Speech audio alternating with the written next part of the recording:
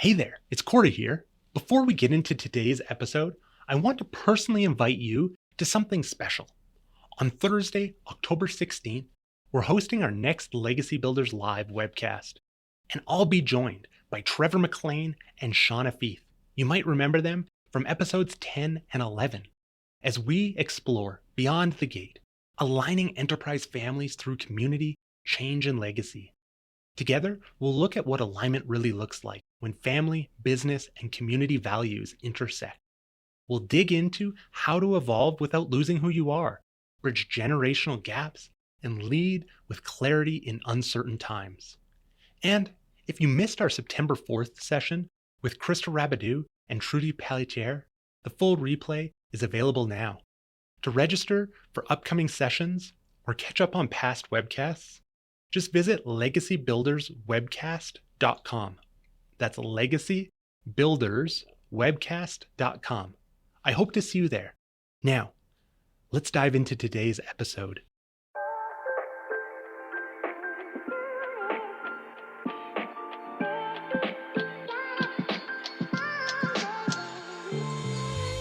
Welcome to Legacy Builders, Strategies for Building Successful Family Enterprises, brought to you by Beacon Family Office at Asante Financial Management Limited. I'm your host, Corey Gagnon, Senior Wealth Advisor, and on this show, we explore global ideas, concepts, and models that help family enterprises better navigate the complexities of family wealth. Today, we welcome Keita Demming, partner at the Covenant Group.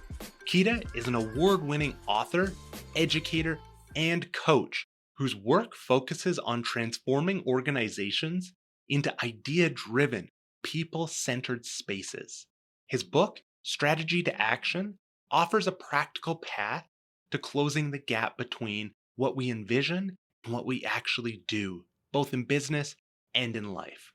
As a trusted advisor in design, strategy, and innovation, he brings a belief that by learning from others, we can make our own path forward a little clearer. My goal is to be the most curious person in today's conversation with Keita as we explore what it means to become the kind of person who can carry the future you're building. We talk about strategy not as a fixed plan, but as something shaped by the questions we ask, the relationships we build, and the way we reflect in real time. From curating your inner circle to facing conflict with clarity, Keita shares how leadership and legacy are shaped by the quality of our conversations with ourselves, with others, and within the systems we seek to influence. Now, let's dive in.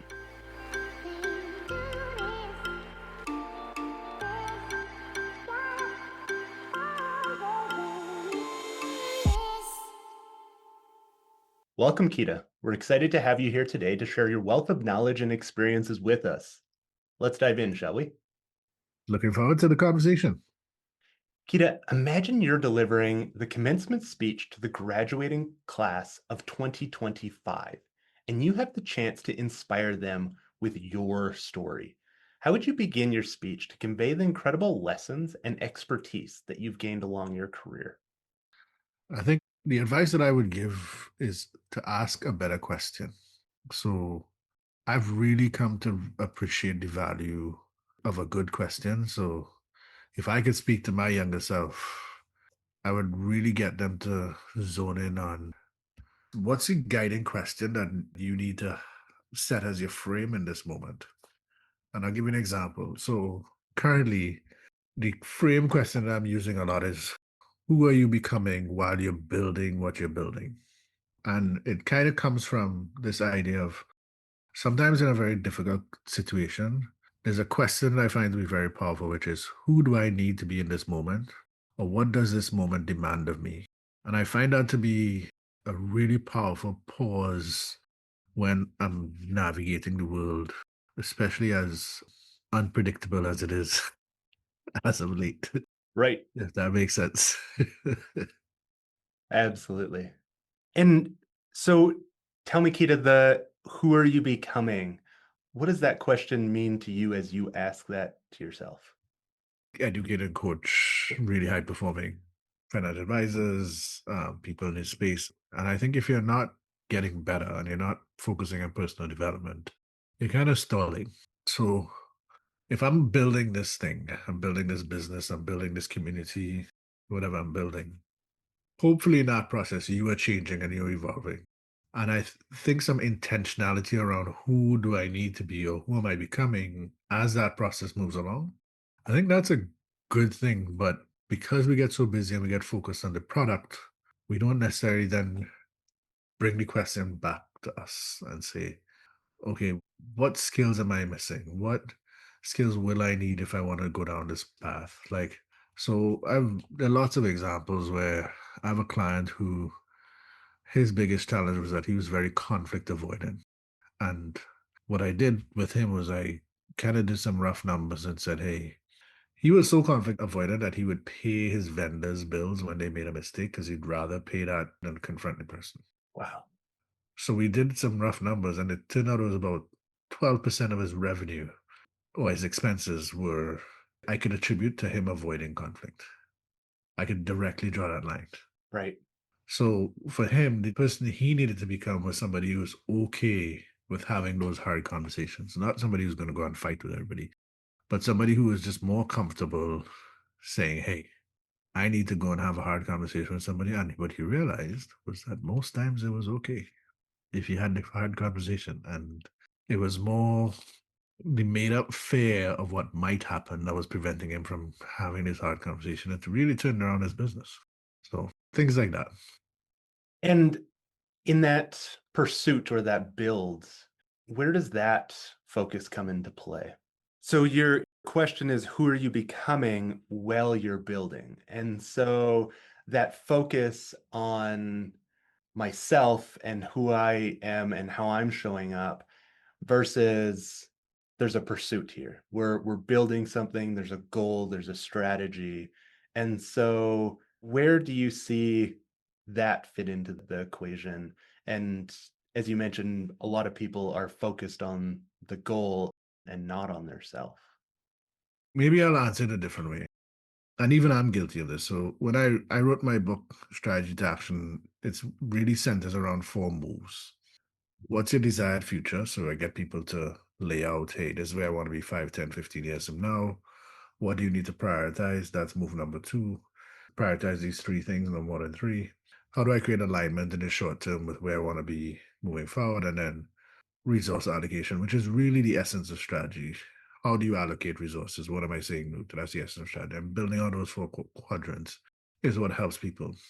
My biggest realization in working with my clients has been that the world will tell you to chase the dream. And I tell you to chase the dream of your desired future and frame that out, write that out in detail. And I think it's a worthy pursuit. Today, I would answer that. I would tell you to chase a better question. The dreams are there, they make sense, they can be quite nebulous, but the questions that we hold orient where we head. So if you break down the word question, it starts with the word quest.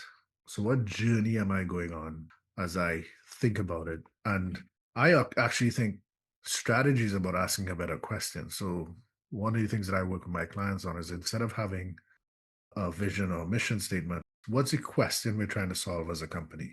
So, what's our guiding question we are asking ourselves? Because in answering this, we become the best in class, if that Right. makes sense. Yeah. Right. And a lot of this comes from, let's call it, recognizing that the world is nonlinear, it's complex, it's ever emerging, ever evolving. And we see that every day, even more so in today's world. But because we come from a long tradition of scientific management where we try to reduce things and we think about things as machines, and that's what a lot of the management literature says is that you want to build a machine and like organizations are like machines. I believe organizations are like conversations, and if we change a conversation in the organization, we transform the organization. And I think the best conversational tool we have is a short, powerful question. And that's where a lot of it is coming from. Does that better help to frame what I said initially? Is that a better way of Yes. positioning it? Yes. Absolutely. Now, that quest, Kita, that each organization is on. when you're thinking about this short question that's being formed, where and how often is that being adjusted? Is this a guiding question that if we can get it right, it doesn't matter the environment we're in, that that question still allows us to be best in class? Or do we need to be looking at that question constantly to say, is this still our question? So I think it's a bit of both, and but in general, you don't want the question to be changing too often. It's kind of like you don't change your mission statement very often. Like, and Yep. if you do, then maybe you're a startup that's constantly pivoting. I don't know. There could be good reasons to shift your mission very often, but what I'm talking about is a framing question. Um, I work with. I'm trying to think of a company that I work with where I can share the question without getting myself into trouble. um, Right. so, for example, you think about a company like Patagonia. Patagonia had this essential question, which is how do you create athletic wear and have a light footprint on the planet? That was essentially a guiding question. And they kept asking that question over and over and over. Um, Companies with a strong purpose driven focus tend to be very good at having this framing question that informs everything they do. And the reason I like it is because I'm about to do X.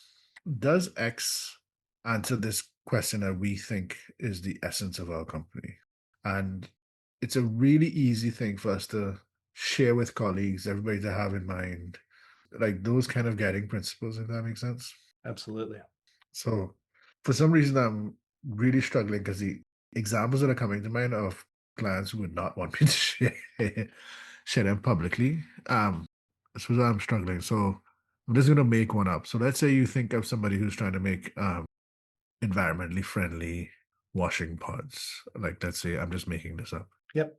Their framing question would be something around how do we create a product that is minimal in environment, but for our clients, it's giving them a best washing experience that they possibly can. The reason that question becomes important is that in their research and development, that's what's guiding them. In their sales, that's what is guiding them. In their packaging, that's what's guiding them. So these guiding questions end up being a very, very easy tool we can use that everybody in the organization can have. Yeah. So I'll use financial advisors. If we are a retirement company, I'll make up a retirement company. My company is called Retire Well, right? Now I'm helping people retire. Yep. The guiding question in my company should be when we engage with our clients, are we setting them up in the best way possible so that on the day they retire exactly how they've always dreamed? Did we do that today? And one rule could be if somebody breaks that rule, that's like strike one. You get three strikes like that, and then you have to find somewhere else to work. Right. That makes the HR very easy. It does. So we made it really clear that this is our guiding question. This is the thing that we're constantly doing. We decide to implement a CRM. We start with our guiding question. How does this CRM help our clients retire the way they've always dreamed? Yep. Because that ends up being um, the thing that informs us. Let me try and say this a different way. I say strategy is a practice. There are people out in the world who they define it as a pattern. They define strategy as all kinds of things. I think it's about behavior change. It's about the conversations we have. So for me, if you have a strategy and it's not embodied by your people, what are you doing? It has to be lived. Your strategy must be a lived thing. And that might sound esoteric or hippy dippy, but I really believe that when it comes to strategy, you have to think about it as a practice, something we intentionally do on a regular basis that helps us achieve some kind of outcome. And I think that's a piece that I think is often missing from folks, if that makes sense. It does. And so thinking of that behavior on an individual level, where do you see people showing up their best in that moment? So that was kind of the second part of what I heard you say, Keita, is that who are you becoming? And that they're actually asking themselves in that moment, who am I showing up to be? And so when you're seeing people or speaking to our listeners, maybe we're Rising Gem member here who's thinking, okay, I'm reflecting on the way that I showed up in that moment or the way that I need to show up in this moment. What does that look like as a thought pattern and behavior? Pattern. I think, okay, as a thought pattern and behavior, I think just adopting the frame that we build the future through the conversations we have. Just that framework, I think, alone changes your behavior. Now you're having those conversations at three levels. Level number one is the conversation with yourself, conversation with your inner circle, and then the conversation you're having with the sector system within which you're working. Most of my work is a conversation with yourself. I'm coaching a client and helping them really understand how their emotions are either hindering or helping them achieve their desired future, their goals, objectives, those kind of things. Some of my work is now team building stuff with your inner circle, the people closest to you, your family, your business partner. That's your inner circle. You don't let people into that circle. The reason that's important is that, especially in immigrant communities, and I've had this happen to me, you tell them a big dream that you have. And what happens is, because that scares them, they tell you it's not a good idea. Right. So you have to curate your inner circle in a way that helps you achieve your wildest dreams and be willing to go after it. Because if you play safe, which is what often happens, I think you will never live up to your full potential. So it's really important to first have a healthy conversation with yourself. And that takes a lot of work, inner work. You need to curate your inner circle to put people who believe you. After you figured out how to believe in yourself, you now have to have people in the inner circle who believe you. You have to know when to ignore people, etc. And then you have to go into this sector system that you're working in and execute relentlessly. And a lot of people, I think they really struggle with that piece. It's the unspoken side of strategy where it comes down to who's contributing to the conversation, who's not. Which conversation puts us in a better shape to have our desired future? Which conversations are worth having, not having? Because for me, the conversation is the action, and a lot of us do not see the world like that. And I understand that that's a very different way of just framing things. But I've come to really double down and believe that we create or build the future through the conversations we have. Now, that hard work that needs to be done on that self side of things, maybe a couple practices for somebody who are saying, okay, I need to start here. Do you have one where it's like, if you're doing this as a practice, you're probably embodying that self side well? That's a very good question. I think the best way to answer your question is that one of the questions that I quite like, one of the things I'd like to tell people is that talk to yourself the way your best friend will talk to you. Because for a lot of us, the way we talk to ourselves is horrible. If somebody talked to us like that, we wouldn't be friends with them anymore. Absolutely. But the way we the way we talk to ourselves is quite detrimental to our own self confidence and our own belief systems, etc. So I think starting with your self talk and becoming your own biggest fan might sound easy and trite or like I'm making light of a situation, but you have to start with the way you talk to yourself. You have to start by talking to yourself in a way that builds you up. Now, there's something that I think is often missed, and is how I landed on this notion or idea, however you want to call it, is that I do a lot of strategy planning with people. So people hire me to walk them through the strategy quadrant, and we work with them on a quarterly basis or whatever. The thing that I've realized is that for most people, they think that strategy is about logic. It's about um, data, logic, frameworks, and those things definitely play into building out your strategy. But the things that determine if a strategy is going to be successful at any level is always things like egos, relationships, and emotions. And in our world, for some reason, we have taken emotions out of the conversation. So we can't even have a conversation about how are our emotions and egos and relationships playing in the decisions we're about to make here. Because they do play a big role. Absolutely.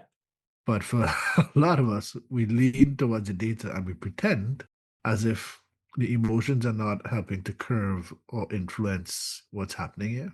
And I think that that's a big piece for me that I think is often overlooked. as people build out their companies, go after their big dreams, etc. That makes sense? It does. And I think it goes back to talking about companies being machines, Right. Yeah, 100%. Yeah. the people being machines, that we don't have emotion. That notion is foolish to think that we're not more than just an inch deep of depth. There's a lot to a human being there. So I think the other piece around this is a conversation around power, and that power is often being negotiated. So people in companies, we play games and we're striving for power and striving to be on top and get more of what we want. Those kind of things. And that is happening, but very little of the literature talks about that. So if I'm doing a strategy, most people think like, what would success look like here for me? Oh, we would have a strategy plan we're all confident in and believe in and we can execute on. That's what success is initially when somebody comes to work with me. By the time they're finished working with me, I want us success is strategies and lived practice of having hard conversations faster. We now have a culture where we can move to the hard conversations faster. And that's what a successful strategy is to me. Because what happens is we then have these beautiful plans that usually sit on a desk somewhere, and everybody's going along to get along. Everybody's focused on, I need to do this thing for me and I'll get my bonus. But really, the thing that will make this entire company go to the next level is this hard conversation I need to have where the co-founder is disengaged and he's really become a weight on this company and we need to figure out a way to buy him out because he's now the biggest liability in the organization. Who's willing to have that conversation? Nobody. Right.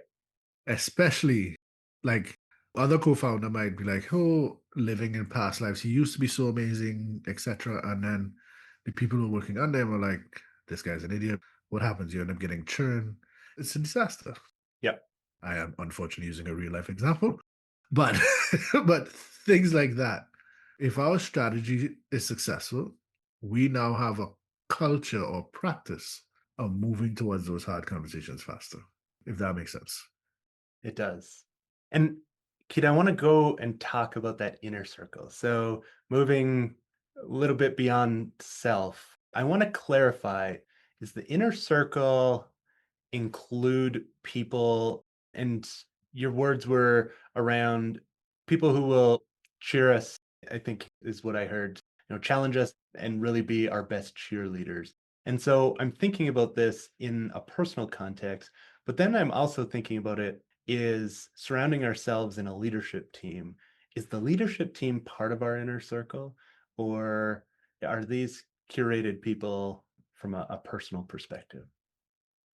So the answer to that is always depends, and I'm not copping out on that. It just depends. So, for example, if you have the capacity to choose your leadership team and it's your company, I hope that everybody you choose on your leadership team is what I call a wolf, somebody who you can rely on. Like we work with wolves, we don't hire sheeps. The biggest reason people work with me is because I have them realize, hey, the three people I hired, they're not wolves. I need to like replace them or change that out, etc. But here's the general thing I want you to understand about your inner circle. Nobody influences you more than you. We could agree on that. Yep.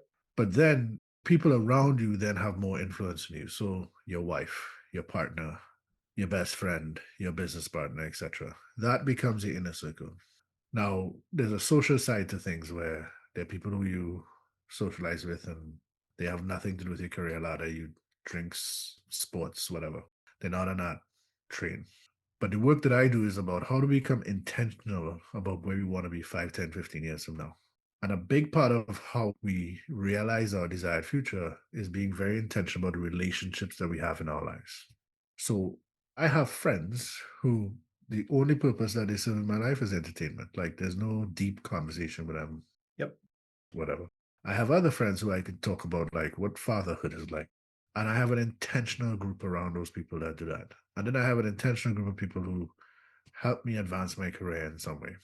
If you're not intentional about who's on your inner circle, you are not serious about where you want to be 5, 10, 15 years from now. You need to curate that group.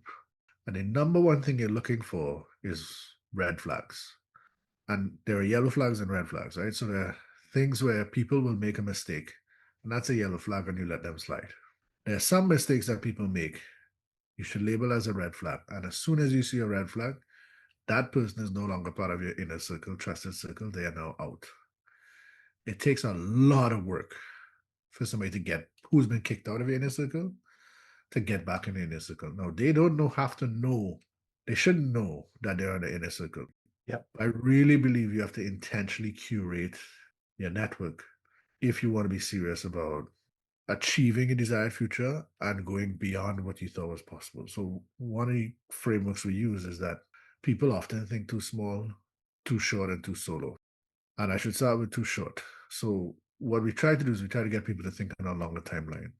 Most people overestimate what they can do in the short term and underestimate what they can do in the long term. So I want you to start to think on a 5, 10, 15-year timeline. Like, what can we do? Where will we be 10 years from now? So that's one. I want you to start to think bigger. Most people, we think too small. Our dreams are safe. The risks we want to take are safe. Like, there's some risks that I thought of as risks, and I realized that those weren't risks at all. Because if it goes south, my life doesn't really change. Yep. But if I'm truly taking a risk and I do this particular thing, my life will be very different. This is a risk. Most of us, at least those people who kind of listen to this podcast, what we call risks, on a scale of 1 to 10, that's something that's high risk. Most of us are not doing anything that's high risk. We're not doing that, right? Nope. Nope. We're playing it safe. They're not life changing. No, we're playing it safe. Like, I have a big life decision that we have coming up right now, and it's positive, and I'm agonizing about it. I'm like, you know what? This is a champagne problem. A champagne problem is still a problem I need to solve. But in the grand scheme of things, it's not a crisis, not a risk, but it changes my life dramatically. And I think we need to understand that. You want your inner circle to be the people who push you to think bigger, be better every single day. And those people who are not on that mindset, they're not part of the inner circle. There are people who will be in the inner circle for a reason, a season, or a lifetime, and that's okay. Yes. And that's perfectly fine. And I think sometimes we feel guilty about saying, okay, this person is not in my inner circle. Like, I had that recently. There was somebody I was becoming good friends with. I really liked the person. It was great. And then a red flag happened. That person's cut out and not come back to my inner circle. We have a lot of mutual friends. I see them at social parties, etc. But that's not the guy I'm like going to confide in anymore because I lost trust with him. And I think there's a lot of value in being ruthless about how you make those decisions, but merciful in how you execute those kind of decisions. So I really believe in curating a network. And then when you go into your third circle, which is the sector or system you're working in, I think again you need intentionality with that as well. There's certain people in that you and I both spend a lot of time in financial services. No knock on financial services, but there are people in financial services who are out for them. They're not interested in the best interests of the client. Yes. I want nothing to do with those people. I do not associate myself with them. I don't want to be on their podcast. I don't want to be in a blog. I don't want to be, want nothing to do with them.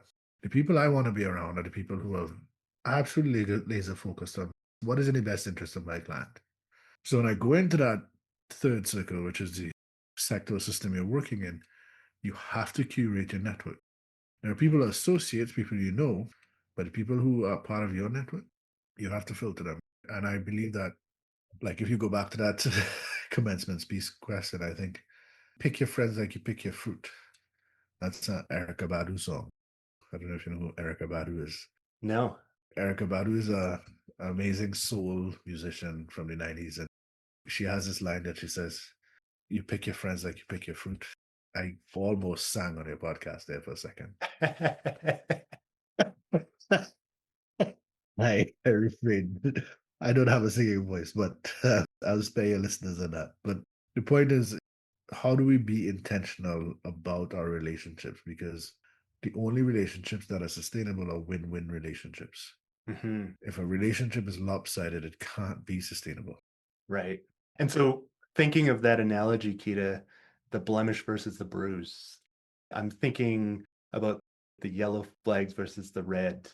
Where does that cross the line? And I'm thinking values infringement when I think red flag. Yes. What more sits there? So I have a 6-year-old, and I was getting tired of being like, stop hitting, dude, like all of this stuff. And I know from the work that I do, positive reinforcement works better than negative. So I'm like, Keita, you're doing a lot of negative reinforcement. Like, what is happening? So we've stopped that and we've started to say, hey, what are your standards you want to hold yourself up to today? And he says his standards, etc. And I'm like, okay, is hitting part of your standards? It's not one of my standards, but if that's your standards, go for it. You have to live with the consequences of that. He's like, no, that's still part of my standards. Now the conversation is about, oh, hey, did you hold your standards today?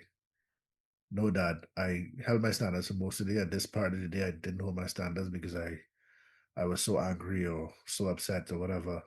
And then I went back to my standards. So I think the lesson in that for me, I found this to be quite a powerful exercise with my son. And then, of course, it's now bled into other areas of my life because his jujitsu teacher now talks to him about standards. His teacher now talks to him about standards. I talk to him about standards. So at the end of the day, when he's 16, 17, I hope that he's like, okay, this person does not meet my standards. This activity does not meet my standards. Therefore, I'm not engaging with it. And then it becomes an internal choice for him. But the first step, because and I learned this from him, is he went to basketball and there were two kids who knew each other on the basketball. They weren't passing to him. And he was like, you're not passing to me, I'm not passing to you. And I pulled him aside and said, look, if those kids don't meet your standards, if your standard is to pass the ball to whoever is the best position, you keep that standard. Just because they've dropped their standard doesn't mean you drop your standard. You keep your standard. And he's like, but Dad, I didn't set standards before I came on the basketball court. I'm like, okay, now we're going to. So he taught me that I have to have the conversation with him about what are the standards. Let's set the standards. Right. So that's a very long way of answering your question that I think you have to set your standards. And when people violate them, they're out. End of conversation. If it's a small violation, an accidental thing, those kind of things, that's fine. Life happens and people make mistakes. But when it's an infringement, I'm sorry, you are not up to my standards. And it makes a very quick filtering tool. And one thing I would say is, I use this a lot in my coaching. If you have on rose colored glasses, you cannot see red flags. They look gray. So in order for you to see your red flags, you have to take off your rose colored glasses. That is an internal conversation. That is a conversation with yourself. So it always comes back to that personal development piece. What are my blind spots? Which is why I believe study groups, coaching, all those kinds of things is so valuable because other people help you see your blind spots. It's by definition, you cannot see it. The mirrors can't help you see it. It's by definition, you can't see your blind spots. Yep. And that's an inner conversation. Those are the kind of things that I think are important for people to understand. Amazing. Keita, I want to go back to that. You didn't pass to me, so I won't pass to you. And I think that that is so brilliant in other parts of life. And I'm thinking about somebody I want in my inner circle, but maybe I'm not showing up to be in their inner circle. And rightfully, maybe it's not always reciprocal, but I want to just toss that around for a second of what conversation can I have with myself to ensure that I'm showing up to be in somebody else's and not only eligible, but somebody says, I really want that person to be in my inner circle as well. I think this is such a tricky question. The short answer is I think you have to ask yourself, who do I need to be in this moment? What is this moment demanding of me? I think that's where you have to start. But because we are human beings with emotions, etc., and we have status, desires, etc., if I find myself in a situation where I want that person to be in my inner circle, and for some reason they're not stepping in, usually there's a signal to me around why do I want that person to be in my inner circle? There's some sort of distortion that's happening in that, in the way I'm seeing this person. And that's exactly where I was going with this. So, yeah. So I think that's a tricky question. So let's think about human behavior. Here are some things we know about human behavior. We are predictably irrational. That's the title of the book, but it's also true. We are predictably irrational. We think we're rational, and we do more rationalizing than actually doing logic kind of thinking. But yet, most of us our brains are fallacy, which I really believe you should think in frameworks and you should use simple rules, principles, and guidelines to help you make decisions.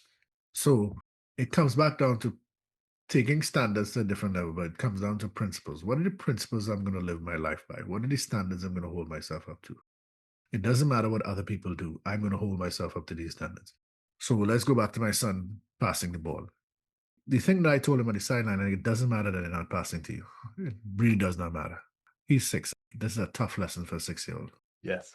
which is why I love sports. And I said to him, it doesn't matter that he's not passing to you. What matters is that you don't break your standards. If you pass to the person who is in the best position, you pass the person. In business, I'm going to refer you to the best person that I know for the job. So I do that. That person has never referred me business. Does not matter. Because my standard is I want to make sure that whoever I'm talking to gets the best possible service from me. Once we start to go into this tit for tat game thing, and I think this is really important. My undergrad is I did a lot of software development stuff, and one of the things we used to do is we used to code within game theory. Tit for tat is you scratch my back, I scratch yours. It works really, really well in the positive. It does not work in the negative. Like think about gangs, or you shoot my friend, I shoot your friend, and it just spirals into war, Right. right? And there's a really interesting analysis of tit for tat, which is goes back to curating your network. Is that it's tit for two tat, I think is what they call it, which is okay. So I'll tell a very long story, unfortunately. Sorry, listeners, I tell long stories. Anyway, That's great, Keita. um, Richard Dawkins has this book. Um, The Selfish Gene is what the book is called. I don't recommend reading it. It's a very difficult book to read. But there's a story in there I think is worth telling. There are two tribes of birds, and the birds are infested by a parasite. The parasite sits on the forehead of the bird, and the only way for them to get that parasite off is for another bird to pick it off. And in this tribe, there are suckers and cheats. A sucker always takes the parasite off. A cheat never returns the favor. In a colony where there are more cheats than suckers, the entire colony dies. In a colony where there are lots of suckers and few cheats, you grow a lot of cheats to the point where the colony eventually dies because the cheats end up thriving. What eventually happens is that you end up having a grudger, which is a third type of bird that comes in, and that grudger remembers the last interaction. So he will be a cheat to a cheat and a sucker to a sucker. Or she will be a cheat to a cheat and a sucker to a sucker. That's a tit for tat strategy. You scratch my back, I scratch yours. The colonies that survived are the colonies that have grudges, that are mostly grudges. But they ran that simulation a bunch of times and they coded in tit for two tat, which is I will give you a second chance. And the ones that where they give you a second chance, those colonies thrived even more because things happen. The first time you meet somebody, whatever happens. And I found that to be really interesting because that was just an algorithm. But what that algorithm said is you can give people one chance, depending on the infraction, the size of the infraction. But tit for two tat ended up being the best strategy in terms of helping colonies survive. And I think there's a lot to learn there in building out your network and the ecosystem, etc., to answer your question. That it does not work in the negative, it works in the positive, and that everybody, most people deserve a second chance, which is why I always go back to having hard conversations because somebody does something, they infringe on you, you have the hard conversation, and they probably will never do that again because you set that boundary and understand you are not somebody to be crossed, right? Yep. So it's those kind of things that I think it's a very tricky question to answer, but that's my long-winded way of answering that. And a beautiful way of answering. And I think of respect in that those hard conversations is respecting myself enough to say I need to step up, but also respecting the other person enough to say you deserve a second chance. Well, otherwise it's passive aggressiveness because I don't like that you did this thing to me, and you are sitting there boiling, pissed off at me, and I have no idea. Yep. And I'm just like, oh, Corey, you and I are cool. Da da da. I didn't know that. Like, hey, I stepped on your foot the other day, your white shoes, and I like wrecked your white shoes, and you're pissed off at me. I have no idea. And you told your wife, and now your wife hates me. You've told your best friend, your best friend thinks I'm an idiot. And I don't think it's integrity. I think the high integrity thing to do is to have the hard conversation about the thing that you did that bothers me. Absolutely. Great. Keita, as we near the end of our conversation today, there's a few questions that I ask each guest before we wrap up. Are you ready for the tough ones? I'm ready for the tough ones. I thought you already gave me some of the tough ones, but go for it. All right. What is one key strategy that you believe is most essential for building a successful family enterprise? Oh, that's interesting. I'm gonna frame it in family enterprise, but I think it's a successful strategy for families, which is that a family business survives when the dinner table and the board table speak the same language. So I think that's just a strong thing around families is that they spend a lot of time understanding that there's alignment around our goals, our objectives, and we invest in a shared language so that it's not just shared assets. Shared assets is easy to do. Shared language and philosophy and values is hard.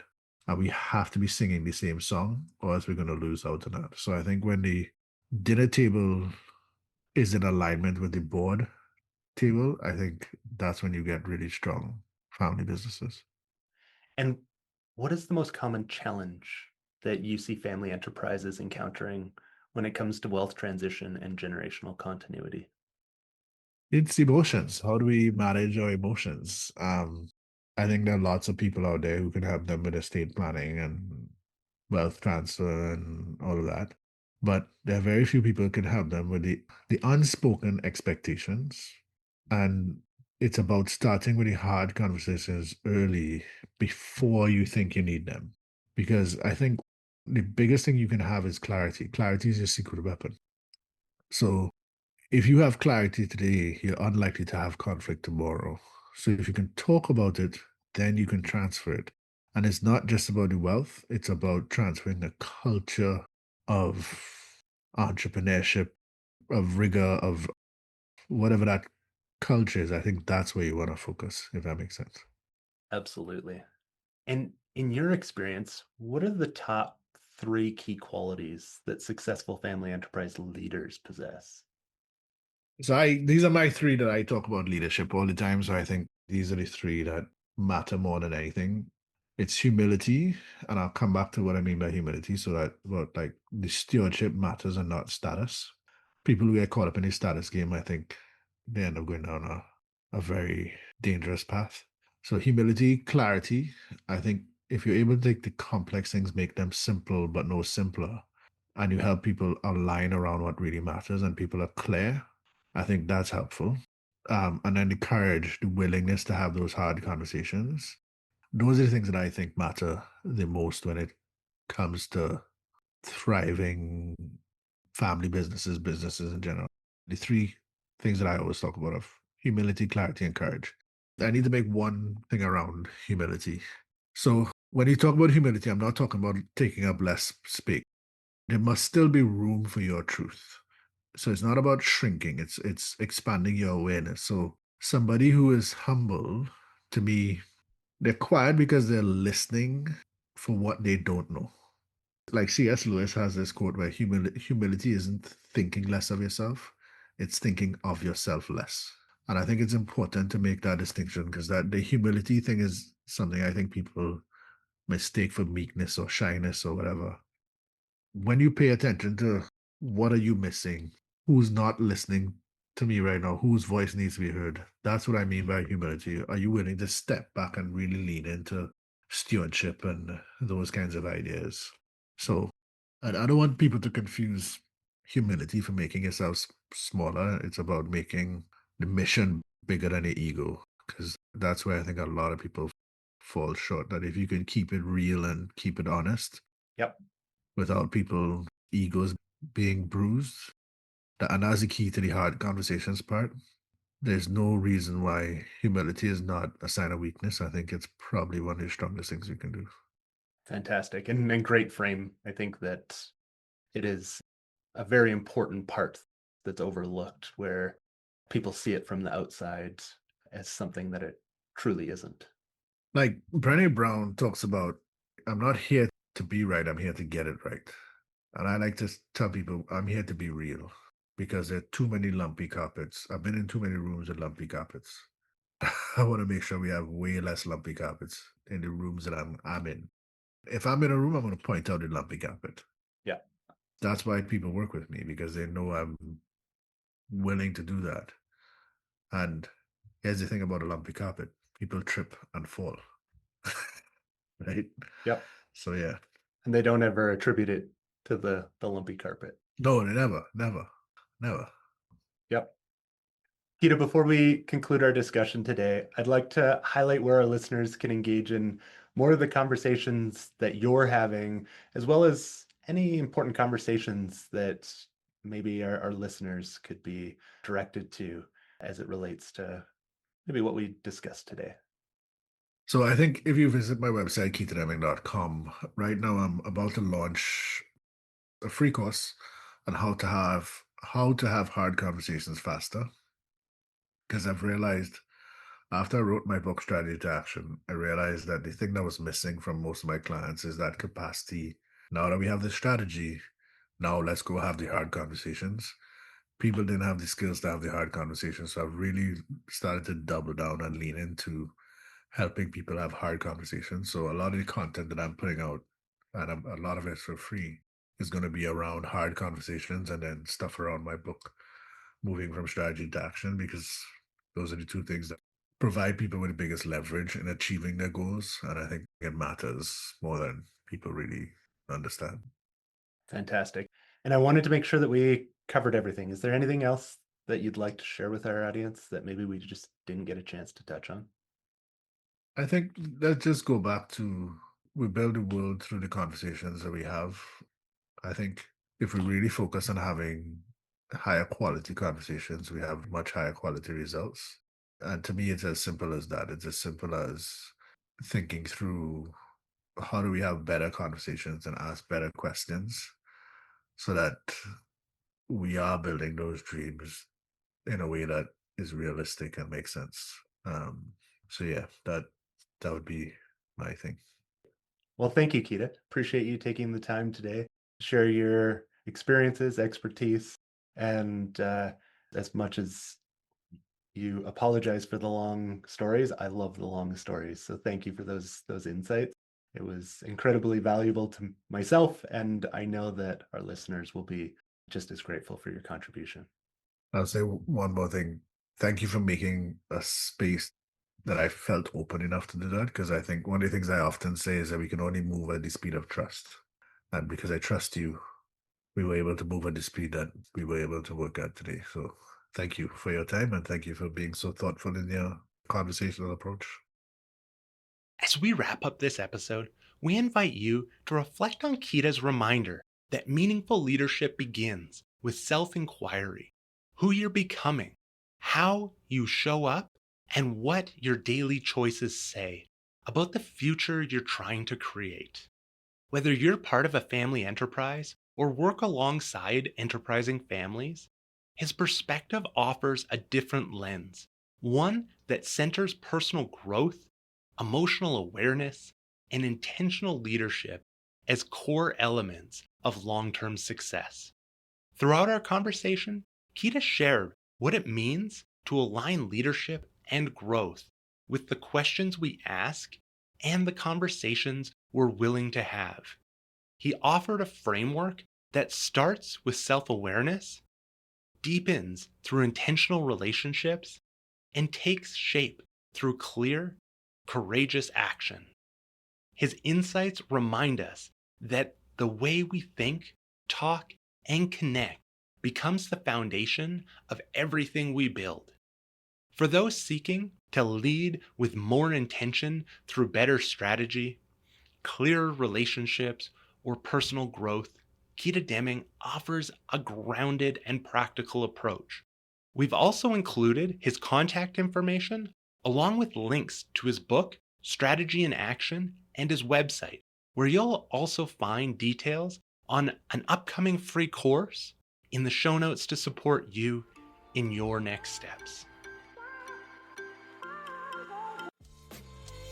Thank you for joining me, Corey Gagnon, your host of Legacy Builders Podcast. It's my personal passion to explore with you these topics related to family wealth. If you enjoyed today's episode, you can subscribe on Spotify, Apple Podcasts, or your preferred podcast platform. And don't forget to share this episode with family, friends, and colleagues who you care about. If you'd like to help support this show, you can do so by leaving a rating and review. If you have any questions about anything shared on today's episode, or have topics you'd like us to dive deeper into in future episodes, please let us know by emailing beaconfamilyoffice@asante.com. That's beaconfamilyoffice@assante.com. Legacy Builders, Strategies for Building Successful Family Enterprises is brought to you by Beacon Family Office at Asante. Are you worried about losing what you've created and seeking ways to transition your wealth across generations? Beacon Family Office at Asante supports our clients transition their wealth while maintaining relationships. If you'd like to access more content we've created, you can visit us at beaconfamilyoffice.com or for more details on our services and book an initial call. Thanks again for listening, and until next episode, stay intentional about building your legacy. This program was prepared by Corda Gagnon, who is a senior wealth advisor with Beacon Family Office at Asante Financial Management Limited. This is not an official program of Asante Financial Management, and the statements and opinions expressed during this podcast are not necessarily those of Asante Financial Management. This show is intended for general information only and may not apply to all listeners or investors. Please obtain professional financial advice or contact us at beaconfamilyoffice@asante.com or visit beaconfamilyoffice.com to discuss your particular circumstances prior to acting on the information presented.